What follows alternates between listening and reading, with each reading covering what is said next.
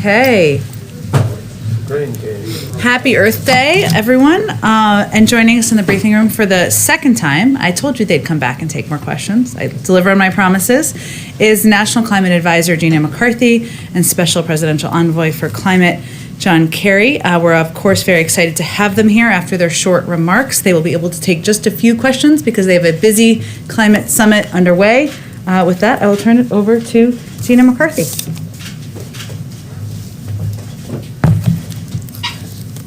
Thanks, Jen, and thanks, everybody.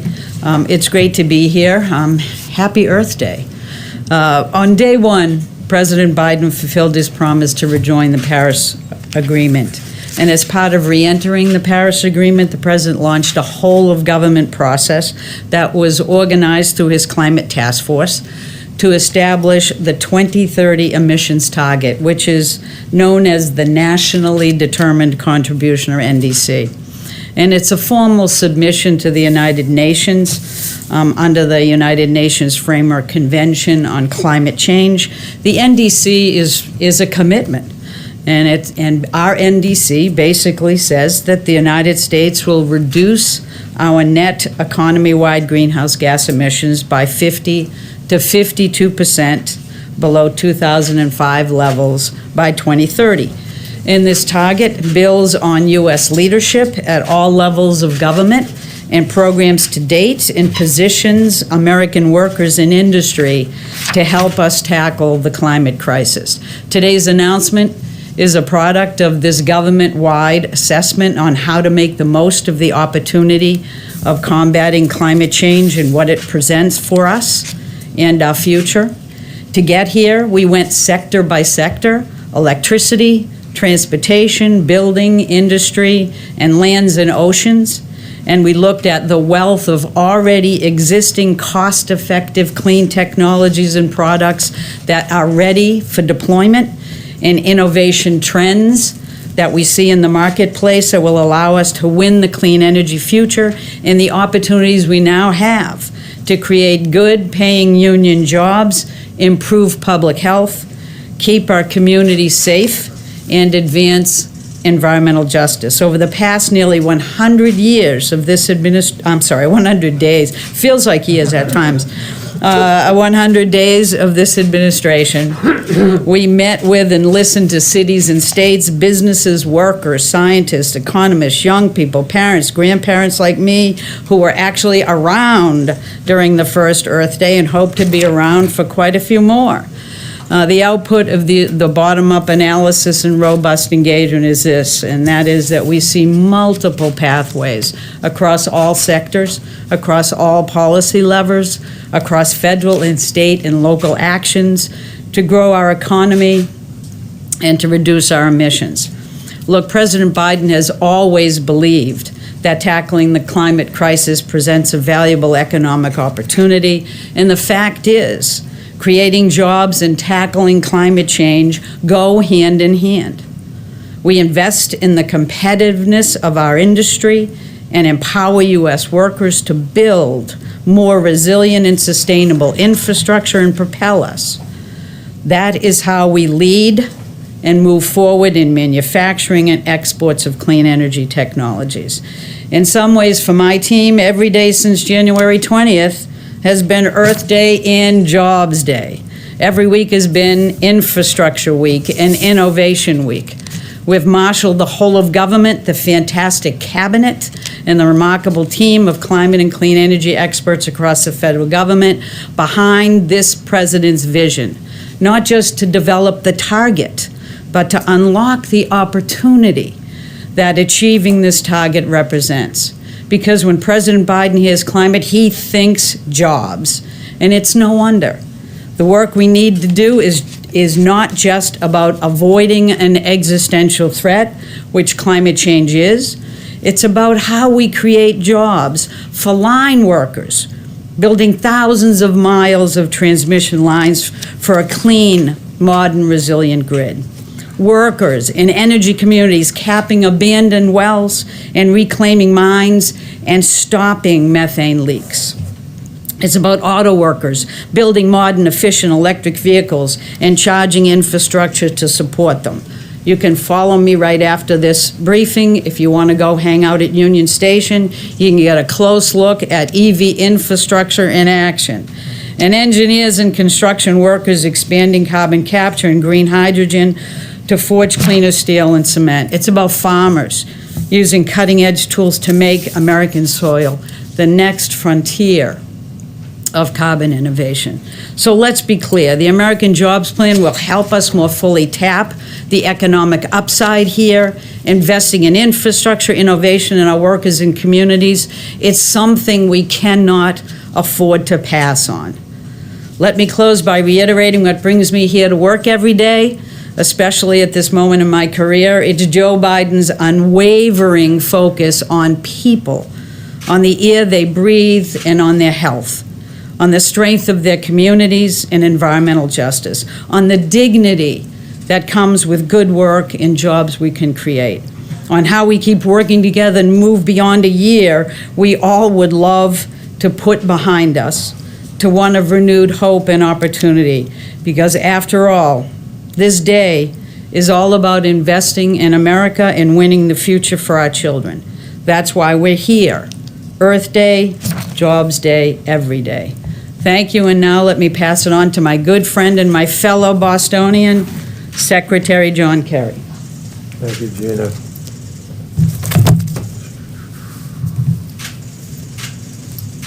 Thank you very much, Gina. I'm really happy to be here to share this day and this subject matter with all of you.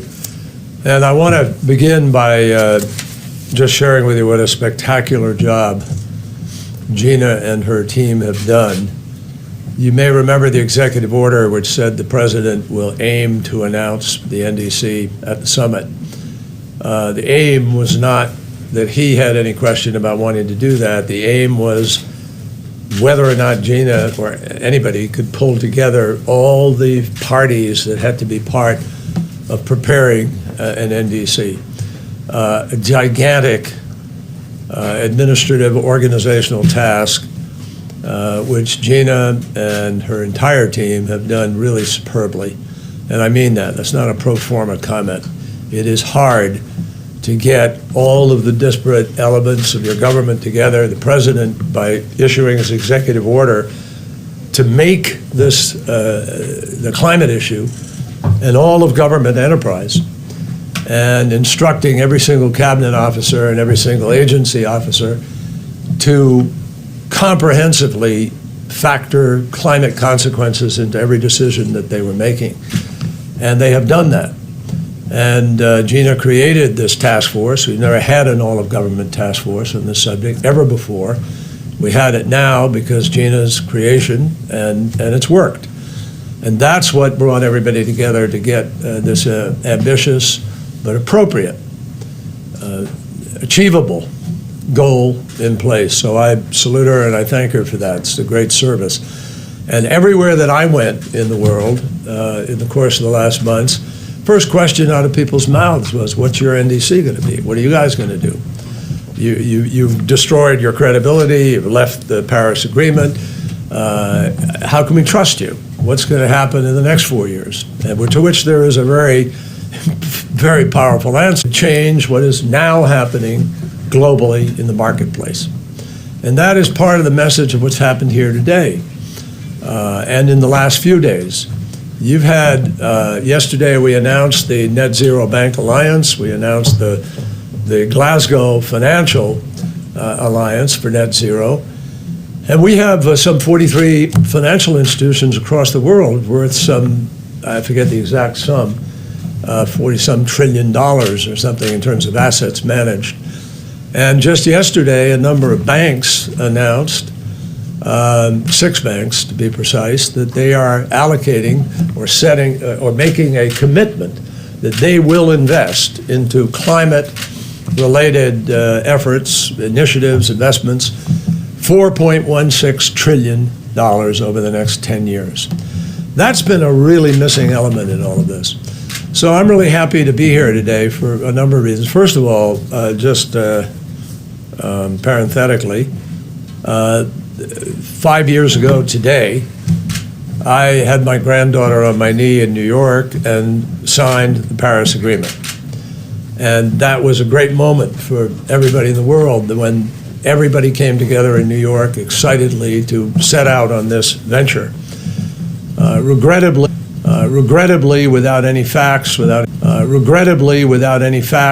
any science, without any rationale that would be considered reasonable, the former president decided to pull out. He was the only president in the entire world, the only chief of state in the entire world who, without any scientific evidence, decided to pull out of the Paris Agreement.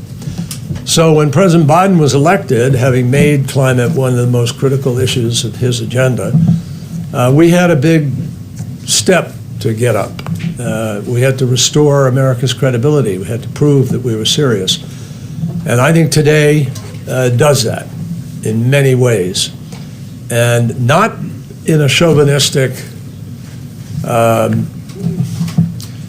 in a way that's sort of inappropriate to our relationship with other countries, but in a way that reinforces the fact that this is multilateral, that we need to bring all the countries of the world to the table, and we all need to raise ambition.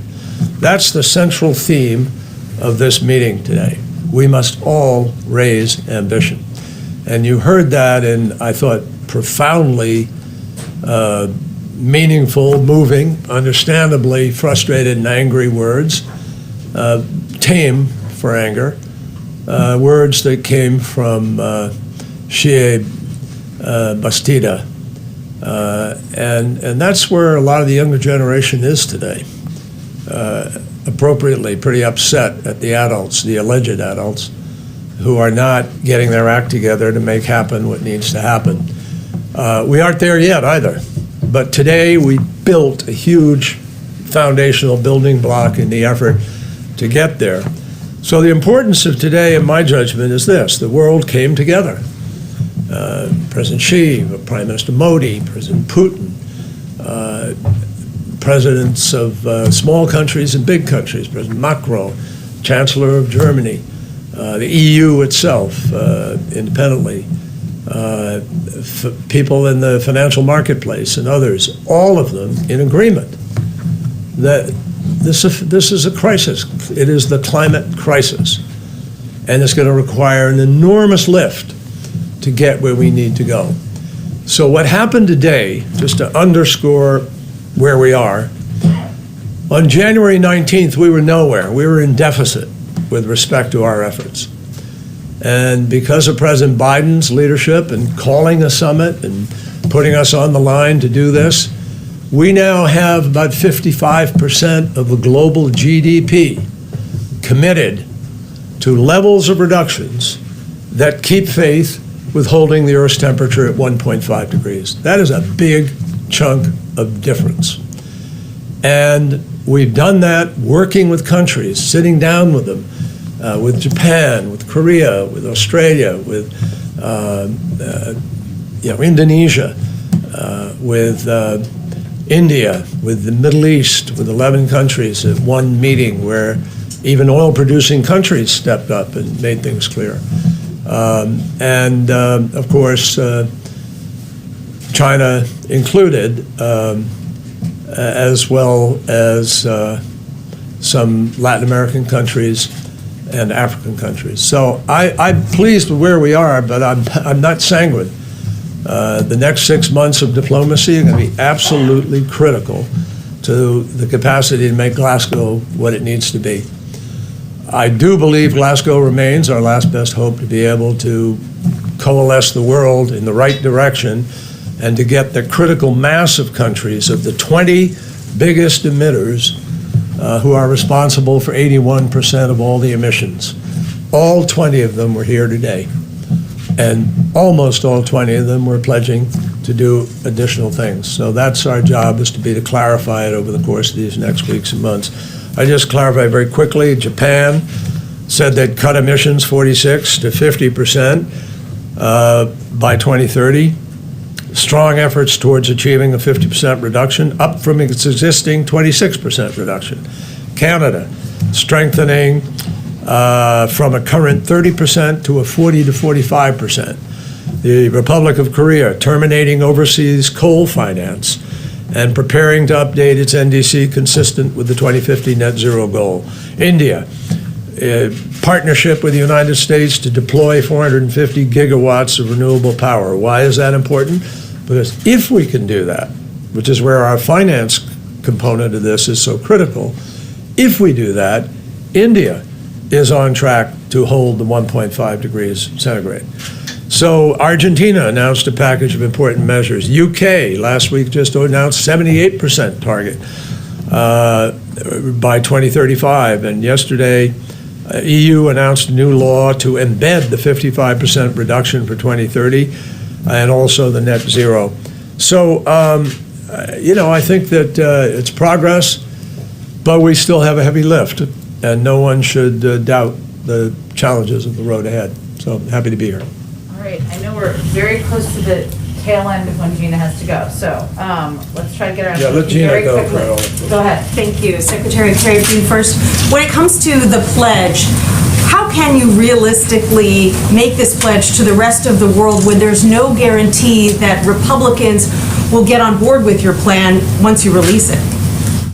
Well, a lot of the plan is executable through just executive order. I'm going to let Gina speak to this, but a lot of the plan is executable through order. But that's the power of having the private sector here. That is the real reason why I'm saying to you that no politician in the future is going to do this, because all over the world, trillions of dollars, trillions of yen, trillions of euros are going to be heading into this new marketplace. And the future belongs to the countries, as you heard today from any number of leaders, that are the ones who develop green hydrogen fuel, or storage, or battery storage, or direct carbon capture from the atmosphere. Some technology is going to break through here, folks. And one of the things I know the president's thinking about is how to accelerate the innovation and the research and development that's going to push that curve. Gina, do you want to talk to that a little bit? Sure. Just to indicate to you that this is really a result of understanding what our authorities are at the federal government, but also what's happening at the local and state level. What's happening in the business community? What kind of technologies that are ready to be deployed now? How many jobs can be created by this? This is not just a bottoms up, it's also a values down. It's also looking at how we grow as a country and be sustainable. The plan that the president has put in place and the plan that we're relying on here is a plan that we can deliver because we have the wherewithal to do it in terms of policies and programs, but we also have carefully looked at what we can deliver in terms of change. And the world is changing. It's not going backwards. It is moving forward. And the exciting thing about this is that this plan has received endorsements from the AFL-CIO, the Chamber of Commerce, the Edison Electrical Institute, and the IBEW. Does it get better than that? You know, this is because all of them recognize that we have to invest in America again. That's what the American Jobs Plan is all about. That's what we anticipate our country will do because we know how to make this happen. We can put people back to work, and it's time for us to think about hope and opportunity and get past the year that we're finishing. No, I just kind of, a lot of people would say, stay here, Gina, but a lot of people would say, if the president hadn't put the plan forward, you'd be asking why you haven't put the plan forward to do the building out of a transmission system for America or whatever it is. He's put it forward. And it's a legitimate thing to say, now can it get passed? Can you get there? But this job future is not something conjured up out of anybody's imagination. This is the most real thing in the world. Bureau of Labor Statistics says there are 3 jobs that will actually grow more than 50% this year. The first is 62% growth in wind turbine technician. The second is nurse practitioners for obvious and unfortunate reasons. And the third is solar panel installer at 51%. So the jobs are growing there. I'm not offering that job to somebody who made feel, oh my God, I got a better job, I don't want to lose that job, et cetera. But the job market here is going to be gigantic, and for electricians, plumbers, pipe fitters, steel workers, heavy equipment operators, all of these people, building out America's legit grid and transitioning us to this new future is going to happen in countries all over the world, and we need to make sure we're not left behind. In fact, that we're leading in the creation of the new technologies, new opportunities. And the only other thing I would mention is that, wind and solar had the biggest year they've ever had last year. And what we saw last year was continuation of tax credits that passed through a Republican-controlled Congress. So we all know where this is heading. The real question is, do we want to have the courage to grab it here, to prosper from the jobs here, and to stabilize our economy and our planet at the same time? I can carry your staff, They're yelling trying at to me. pull you to Union Station. And the only thing I will tell you is electric vehicles are another interesting piece that's actually going to be a big part of our future. I'm going to go check out a charging station and look at some of those vehicles. But the thing I would encourage you to think about is that we've had many of the large car companies stand up and say 100% EVs by 2035. We didn't say that. I didn't even say electric vehicles. It was the very first thing they said to me, is that that's the future. And that's what this is all about. What does our future look like? Who are we grabbing it for? Happy Earth Day. Thank you. Thank you. See you in a I'll few take a couple minutes? more, yeah, I'll Okay, take a all right. Okay, go ahead, Peter. Secretary Kerry, thanks so much. So pledges obviously are important and they are great, but how do we realistically get there without turning the economy on its ear? As best you can, put this in real terms for folks. Does this mean the U.S. has to reach 40% renewable power by 2030, that we have to have 25% of the cars on the roads by 2030 be electric? What does this mean to folks listening to you? What it means is that we're going to be investing. This is not this is not a throwaway. This is investment in new ways of getting energy to people that's more efficiently delivered, that's lower cost in the long run, and that it's really going to open up a whole group of employment opportunities that we don't.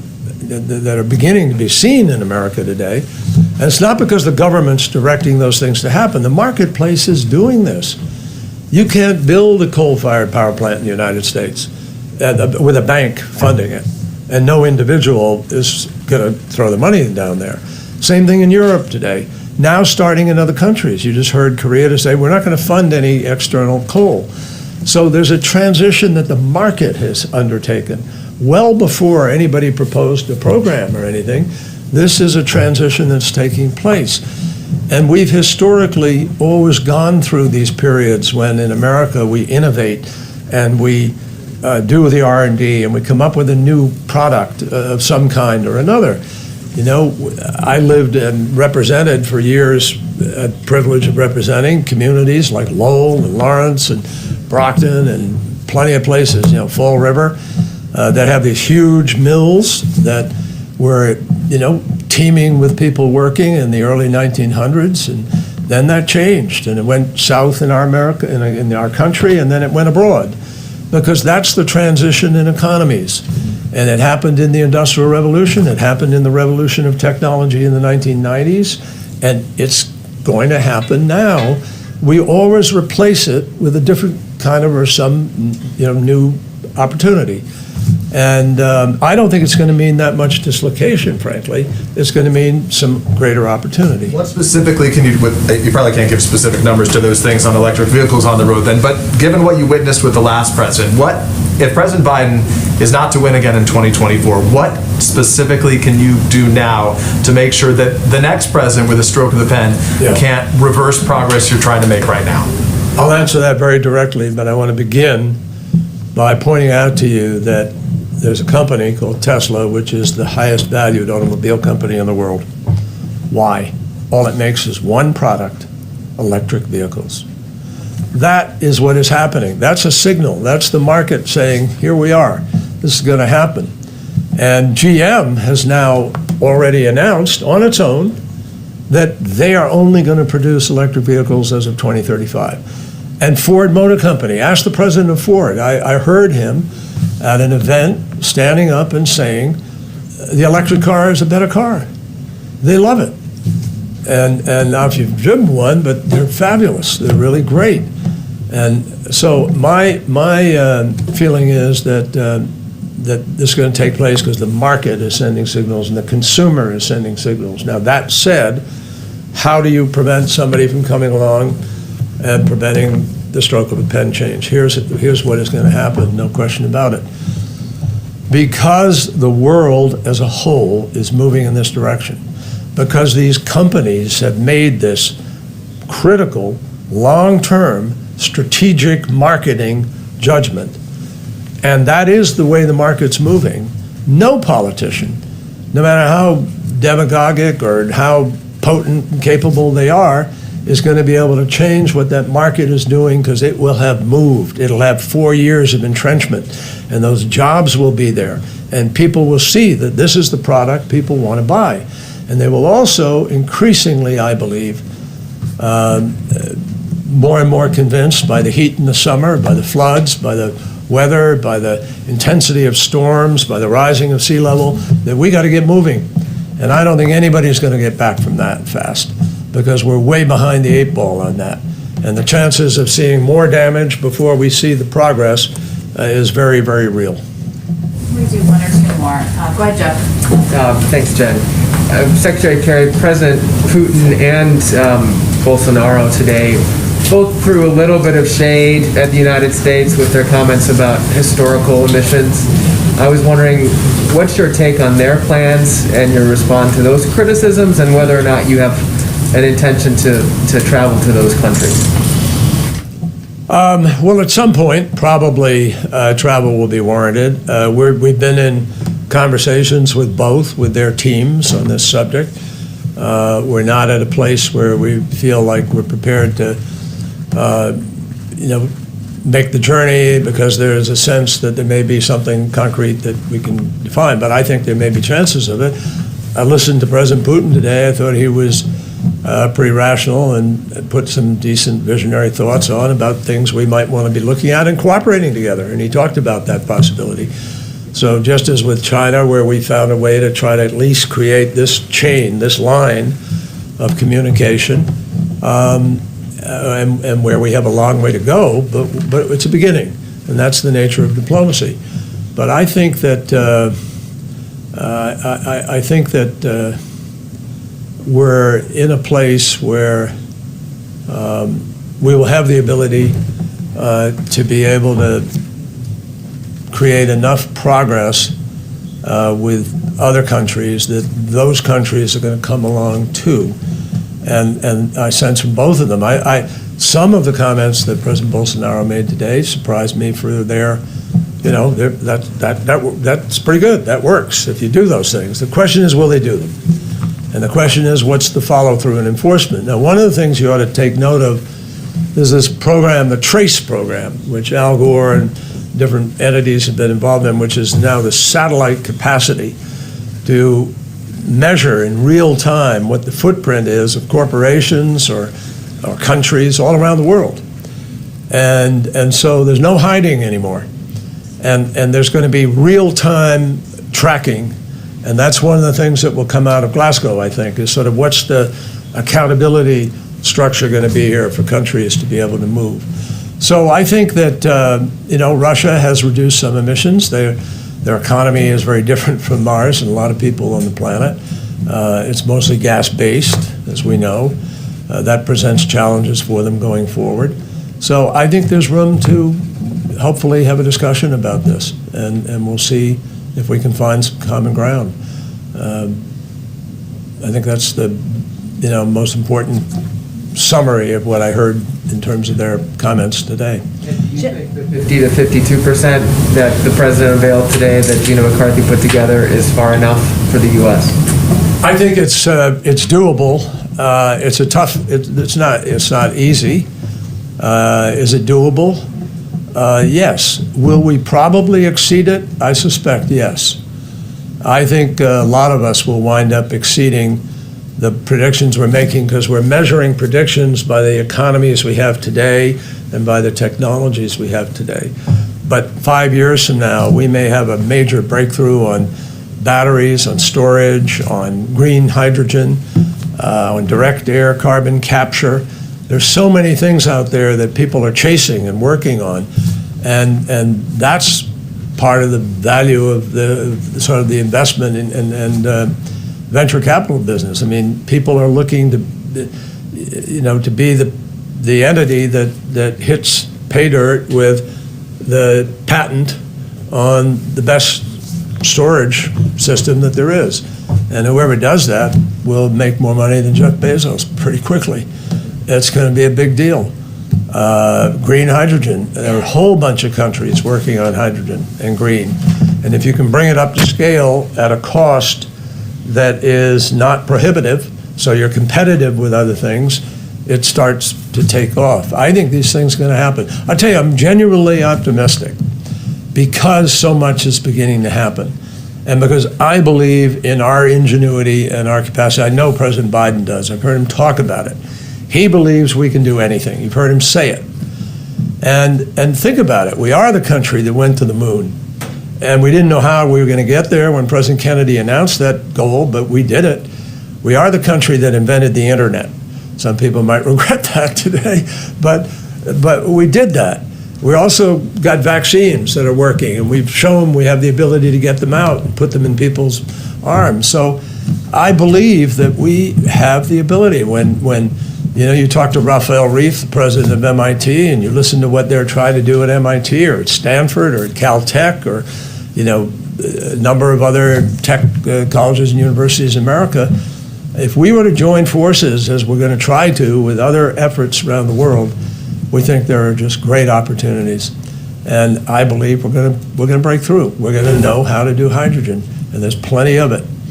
And this, I think, is really the future. It's why so many people are chasing it.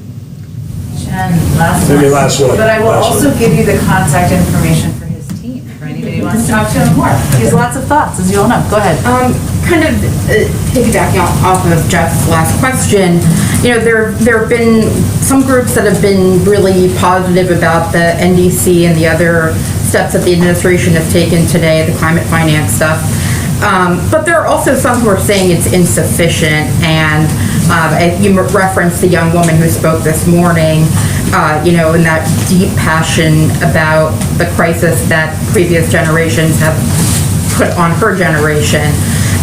What do you say to those people who say that 50 to 52% is not enough, or that the several billion dollars that you're committing for climate finance for developing countries is also insufficient, when you consider just how big the U.S. budget is, and you're talking about, under $10 billion? Well, let me just say to you that I loved her passion, and I love what she said. I mean, I didn't agree with every step of it. You can't do some of this stuff overnight, just physically. And there are impediments to getting some of that done, but boy, do I understand where she's coming from. I told you this was 5 years to the day that I signed the agreement. It's also 50 years to the day that I testified before the United States Senate. And I was camped on the mall here with a bunch of veterans opposing the war in Vietnam. And, that was a period of time when young people, our generation, stood up and made our voices heard. And we were part of the civil rights movement, 1964, 65. We were part of the women's movement, part of the peace movement, part of the environment movement. The environment movement back then produced. I was part of the first Earth Day. And I organized in Massachusetts, then we organized for the election. We targeted 12 congresspeople who were labeled the dirty dozen, the worst of the Congress, and we beat 7 of them.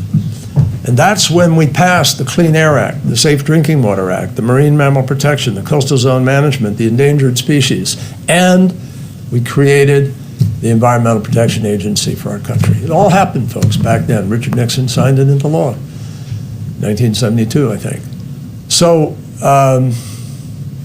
I I believe in what the young folks are doing out there today. They're trying to get adults to be adults and do what we're supposed to do, which is take facts into consideration and respond to those facts. And as public officials, exercise the precautionary principle of governance, that when you get information that says X, Y, and Z are going to happen, and there's not a 5 or 6 or 10% chance it's going to happen, like whether you might have a car accident and you get insurance, or your home might burn and you get insurance, or you might get sick and you get health insurance, it's 100% certain that most of these things are going to happen, that the ice is melting, that the sea is rising, that it's warming, and yet we're not buying insurance. And so you're darn right they're angry, and I share that anger. It's frustration. But how do you get from here to there to get it done? And I believe what President Biden is doing is leading to get us from here to there. What's happening here today is a huge step forward to get us from here to there. By setting these targets, by getting nations invested, by getting leaders to say publicly, we have to do this, you begin to get a foothold on holding them accountable and on moving forward and getting it done. Is it enough? No. But it's the best we can do today, and prove we can begin to move and get the technologies and find the easier path and then hopefully get the job done. And I really believe that. I think we will get the job done, as President Biden said today, because of our capacity for innovation and research and development and producing great products in the future and meeting big challenges. And we've always done that. And I think Americans are really anxious to do something like that. That's why I'm here doing this, folks, and not, in the private sector or retired or doing something. Is because I believe this moment is the moment heading to Glasgow where we need to get on track. As I said to you earlier, over 50% of global GDP agreed here today that they're going for 1.5 degrees, and what they're doing will get them on track to do it. So if we're on track to do it, that's pretty darn good, even though we know we need to move faster, and we're not, as a planet, as a group of countries, where we need to be. It's probably a good note to end on. Thank you so all. much, sir. Thanks. Thank you, Mr. Secretary. Let me get that.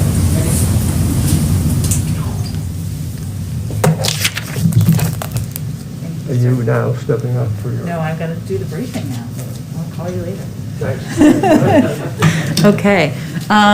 See how it was so great to work for him several times over? Okay, a couple, I think I just have 1 or 2 more items for you at the top, just one more.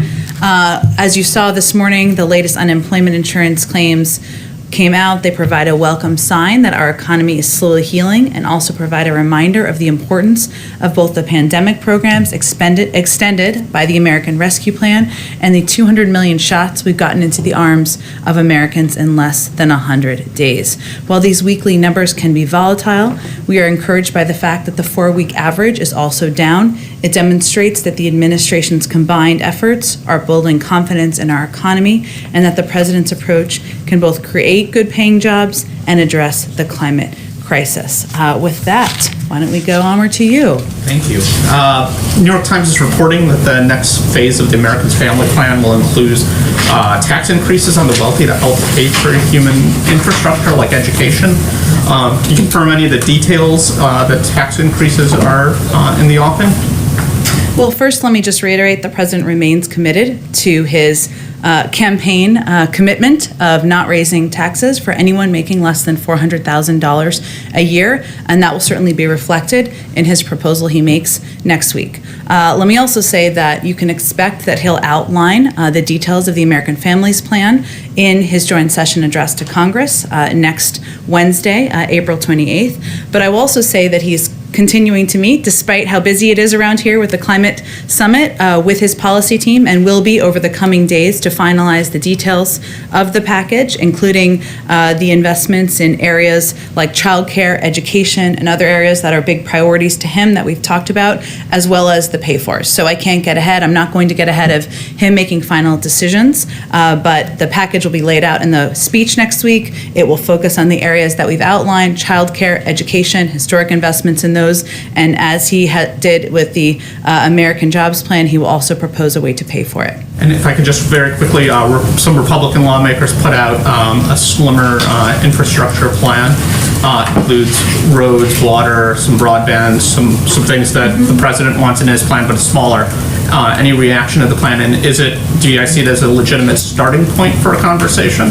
We do. The president has said from the beginning that he would welcome any good faith effort to find common ground, because the only unacceptable step would be inaction. We've seen some top-line proposal or top-line details, as you all have reported on. We're looking forward to reviewing the details of the proposal. We would expect the next steps would be a full briefing and conversations on a staff level that will continue over the coming days, and an exchange of ideas from there. And then we'd also expect, I would expect, that you should all expect the president to invite members to the White House soon after the joint session address. But we certainly welcome any good faith effort and certainly see this as that, but there are a lot of details to discuss and a lot of exchanges of ideas to happen over the coming days. Go ahead. Is President Biden going to extend his call for Americans to wear masks beyond 100 days? Peter, he is working and in discussions with our health and medical experts about what we need to do to get the pandemic under control, including providing clear guidance to the American public about what the benefits are of being vaccinated, including getting into communities and meeting people where they are. So I don't have any update on that at this point in time. And so then I guess maybe this is the same but a little bit different. Should the CDC change its guidance right now that says that vaccinated Americans should be wearing masks when they're outdoors, when they're outside in public? We're going to leave that to them to determine and to announce, and obviously we would follow and abide by their guidance, and certainly recommend that the American people do as well. Let me ask a quick last one then Sure. on Armenian genocide. Should we expect President Biden in the course of the next several days, perhaps this weekend, to make any formal announcements recognizing Armenian genocide? I certainly understand the question, and there's a great deal of interest in this particular topic, but I'm not going to get out of the president, and I also don't have anything else to provide from the podium today. Go ahead. Back on trying to reach this 50 to 52% reduction goal, many of the measures that you've pointed to are ones that are included in this broader infrastructure plan. If you can't get this plan passed, though, can you still reach that target? Well, our view is that there are multiple pathways for each economic sector of the economy that produces greenhouse gases, including electricity, transportation, buildings, industry, and lands, to make adjustments and changes, some through executive action, some through passing legislation, some through the steps, as Gina and our Envoy alluded to, private sector taking steps on their own. So, just to give you a couple of examples, we, of course, have set a goal to reach 100% carbon pollution-free electricity by 2035, which can be achieved through multiple cost-effective pathways, each resulting in meaningful emissions reductions in this decade. That's a step that is already underway. We can create good-paying jobs and cut emissions and energy costs for families by supporting efficiency upgrades. That's another area where it would have an impact. We can reduce emissions from the transportation sector by reducing tailpipe emissions and boosting the efficiency of cars and trucks, something the president has talked about that he's committed to do. And we can also invest, as you alluded to, in a wide array of transportation infrastructure. But one of the arguments that we will be making, and continue to make, I should say, around the American Jobs Plan is that these industries we are moving in the direction of these industries. These are the industries of the future. The big question is whether we are going to lead that effort or not, or is China going to lead that effort? And the meetings today and tomorrow are just a reminder that the world is moving in this direction. So we either get on board and lead, or we don't, and there may be a disagreement about that. Talked a lot, obviously, about job creation and the potential for that with this plan, but can you put this into further perspective for Americans? How does this new reduction target impact their everyday lives? What kind of changes can Americans really expect to see? Well, look, I think as we've talked about a little bit, or as I just alluded to a little bit, but let me try to get more directly at your question, there are steps that are already underway. Right? There are steps that industries are already taking, investing in the future of electric vehicles, investing in the future of electric cars. That is something that if you talk to many automakers, they're already moving toward that. I think the question here maybe is less for Americans. It is for Americans in the sense of what is your government going to do to help ensure we are on the path to to make this a job creating opportunity for the American people. You know, how are we going to prepare and invest in industries now so that your children and your grandchildren have opportunities in these industries that are growing? But this is already where the private sector is going. This is already where the jobs are in the future. So what we're really questioning now is how we can incentivize and how we can prepare the economy and opportunities for the next generation. Go ahead. Thanks, Jen. You just mentioned, and Secretary Kerry mentioned, the fact that the market is already heading towards electric vehicles. There's no turning back from that. It's an unstoppable force. If that's the case, why should taxpayers pay for 500,000 electric vehicle charging stations? Isn't that something that will get taken care of by the market? You know, I think there's a role for government to play. Our view, the president's view, is there's a role for government to play to incentivize, to ensure that there is continued movement in this direction. But there's also a great deal, a lot of the investment that's in the American Jobs Plan is about ensuring that there are industries and jobs that are created in sectors in the future to help the next generation survive and prosper. So yes, there is a private sector partnership here. There's a role of the private sector, but our view is there's also a role of the public sector, and that this is these are industries that are also going to create jobs, and that's part of the role we can play. You know, and I know there's been criticism out there, or questions about how this is going to impact job creation today, right? And job creation in our economy today, or some criticism, I should say, from some Republicans in Congress that I've read this morning, seen on on Twitter. But you know, the president is somebody who will be the first in history to create 1 million jobs in his first 100 days in office. He's on track for that, in our view. And a lot of these critics are the same people who advocated for the policies of the last administration, in the last president who oversaw an economy that lost more jobs than any president since Herbert Hoover. It's got quite a name. So join us on the journey. We feel clean jobs can be good jobs, can create millions of jobs in the future. And that's, I think, what we're conveying to the American public. I want to go back to taxes for a moment, because the Dow is down about 350 points on reports that the Biden administration is going to propose doubling, essentially, the capital gains rate for high-income Americans. Can you tell us any more about that plan, and do you have any concerns that that would discourage long-term investing? Well, we're still finalizing what the pay-fors look like, but I will say that the president's calculation is that there's a need to modernize our infrastructure, there's a need to invest in childcare, there's a need to invest in early childhood education and making our kids and the workers of the next generation more competitive, and he should propose a way to pay for it. His view is that that can be on the backs of the wealthiest Americans who can afford it, and corporations and businesses who can afford it. And his view, and the view of our economic team, is that that won't have a negative impact. There are alternative views, or there are proposals that don't exist yet on how to pay for it. That will be a part of the discussion. But he stays firm to his commitment to not raise taxes on Americans making under $400,000 a year, and he'll have a range of proposals on how to pay for his plans to invest in education and childcare. Got it. And then finally, can you tell us anything about these reports that the Pentagon has been investigating suspected directed energy attacks, likely by the Russians, against U.S. troops? Well, I believe the head of a very high-level member of the military spoke to this and denied those accusations or allegations, and said there were he did not have any evidence of those reports, and that's in some of the stories now. So, go ahead. Thanks, Jen. There's been a lot of talk about innovation in the private sector, but going back to the public sector, today putting out the International Climate Finance Plan, kind of piggybacking off of another question, when you're giving money to developing nations, raising that amount of money, what kind of strategy does the White House have for dealing with maybe some opposition in Congress there, and also changing within the government, like the administration planning to spend less on fossil fuels, relying more on green energy? What's your strategy for reaching Republicans in Congress? About the importance of doing this? About how to, get them to raise the amount of money that are going to developing nations, and the importance of doing it. but also, I mean, the wheels of government sometimes turn slowly, and you're talking about a lot about the industry innovation, but getting the government on board, the federal government, Congress on board with the plan.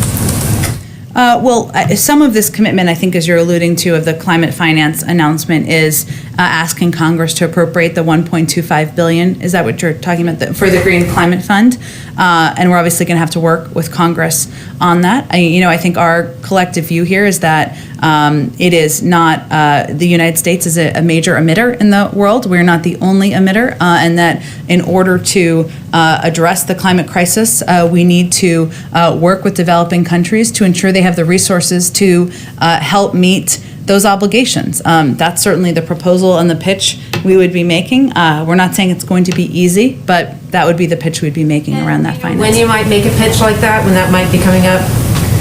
With members or with members, yeah. Well, certainly we just announced it today, and I expect we'd have conversations soon with members about the importance of moving this forward. One more question for a colleague. Yeah. I'm looking for a reaction to the apparent pullback of Russian troops along the border of Ukraine.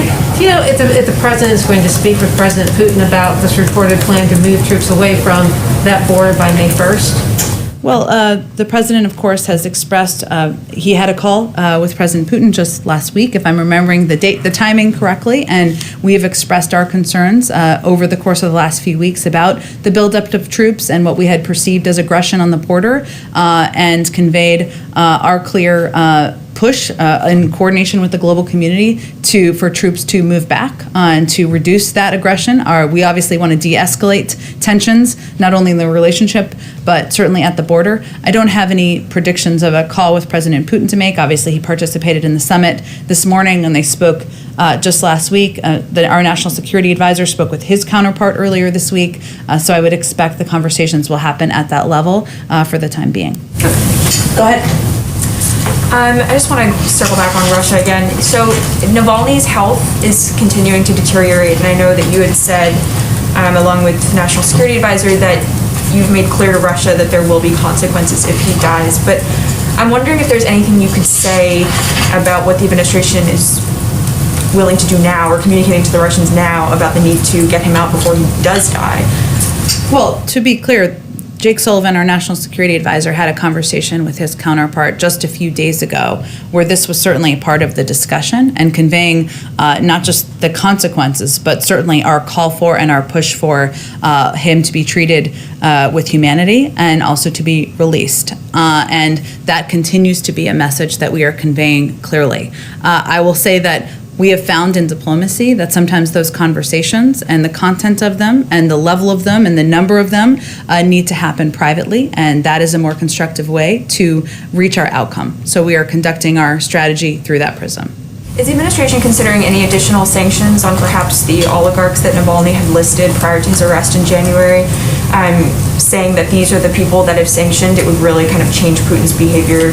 Definitely. Well, as you know, because I know you cover this closely, we issued just earlier in March, I should say, in coordination with Europeans, a number of sanctions. We obviously reserve the right to issue additional sanctions in the future. The executive order the president signed just last week gives us authority to do that on individuals or industries. But obviously, our objective here and our focus and our hope is that that Mr. Navalny will be treated with humanity and kept safe, and of course ultimately be released. And my last one, is there anything you can say about additional Nord Stream 2 sanctions, or what the administration is planning on designating additional entities? I don't have anything to predict for you. We continue to believe that is a bad deal, and we continue to convey that not just directly with a range of counterparts, including the Europeans.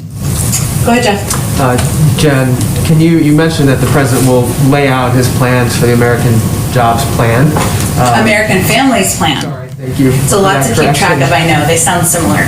Next week. Can you give us a sense of what else he plans to unveil at his joint address? Well, he is currently thinking through what priorities he wants to focus on in the joint address. He certainly recognizes that this is an opportunity to speak directly to the American people, one of the highest profile opportunities that any president has in their first year in office. So a core of that will be him laying out the specifics of the American Families Plan, his commitment to childcare, to education, and to delivering on those priorities and middle-class priorities and ensuring that there's an investment in economic security from the federal government. I also expect on his mind are issues like police reform, health, and his commitment to expanding access to health care. So I expect he would talk about a range of issues. I will say, because I've been through a few journeys with these speeches before, that it is a very important speech, a very high-profile speech, but it is happening around the 100th day of his presidency, and it won't represent or touch on the totality of every issue that's a priority. So we are working through what the end content will have. Unless you want to sit through a 7-hour speech, which I don't think you do. Just one other quick Yes, go topic, ahead. Jen. The House today passed a bill to make Washington, D.C. the 51st state. It obviously faces some tough odds in the Senate. What's the White House's take on that, and to what extent is President Biden involved in that going forward? Well, President Biden strongly supports D.C. statehood, and we will our administration will work with Congress to get it passed. We put out a statement of administration policy in strong support of H.R. 51 just this morning. His view is that we are the denial of voting representation in Congress and local self-government to the 712,000 residents of our nation's capital violates two of our nation's founding principles: no taxation without representation and consent of the governed. And he will continue to advocate for this passing. I will also note an interesting detail I didn't know until this morning is that there are a number of members, of course, of the armed forces, retired military, who of course live in the District of Columbia and are denied as a result of having the lack of statehood, the rights that many others around the country have. So there are a number of issues why this is absolutely the right step, and the president will continue to advocate for it. Go ahead and back. I wanted to follow up on the questions about the climate and NDC. Sure. Secretary Kerry, you talked about how important Glasgow will be in November when all the countries come together to meet to ratify their NDCs. And given the importance of that meeting and the importance, I think, for the United States to demonstrate its commitment to action prior to that, how essential is it that Congress passes the administration's infrastructure plans with the green energy investments in it, given that you're also up here saying the market will kind of take care of this? I certainly am not trying to apply that. The market's part of it, and the private sector is part of it. And I think that's an important component of the very good question of, how will we ensure that these changes are ingrained in the future? But there is absolutely a role for government to play, some through executive action, some through legislation. The president wants to sign the American Jobs Plan into law this summer. So that gives us ample time, ample room between that timeline and when Glasgow will happen. But we also believe that there are a number of pathways to meeting our goals and meeting our objectives. And we certainly hope to move forward on a number of them in advance of that meeting in November. So it sounds like you're saying that's not the only way that the U.S. can demonstrate its commitment to action prior to November. Correct. There are a number of pathways that include steps that can be taken within each sector or steps that can be taken by the government or local governments in partnership with a range of sectors. So we see a range of pathways to get to that, keep moving forward toward that goal. Just one other question about your response to the initial overtures from Republicans on the infrastructure package. You said you do see that as a good faith effort. It's roughly a quarter of the size, top line number that the administration is proposing. Back during the COVID relief talks, when Republicans proposed a number that was roughly a third of what the administration wanted, you dismissed them pretty quickly. What's different about this situation and this policy proposal compared to the relief package, where you seem willing to take Republicans where they are and maybe allow more time for? Well, I think, one, it's the beginning of a discussion. right? And the next steps will be conversations at the staff level, conversations between senior members of our administration, members of Congress, appropriate committee staff through the course of next week. And then, as I noted, the president will invite members down to the White House. But there are a lot of details to be discussed. The American Rescue Plan, but we do see them differently. The American Rescue Plan was an emergency package. We were trying to deal with what we saw continues to be an emergency fight against a global pandemic, a situation where more than 10 million people were out of work. Obviously, we've seen some progress, still more work to be done. And the president felt it was imperative that the size of that package, the scope of that package met the moment, and that it happened quickly. We have a little bit more time here, and we are very open to hearing a range of mechanisms, a range of options for moving this package forward. There could be smaller packages that pass. There could be different mechanisms for moving things forward. And we think it can be done on a bipartisan basis. And so we're looking for the opportunity to do that.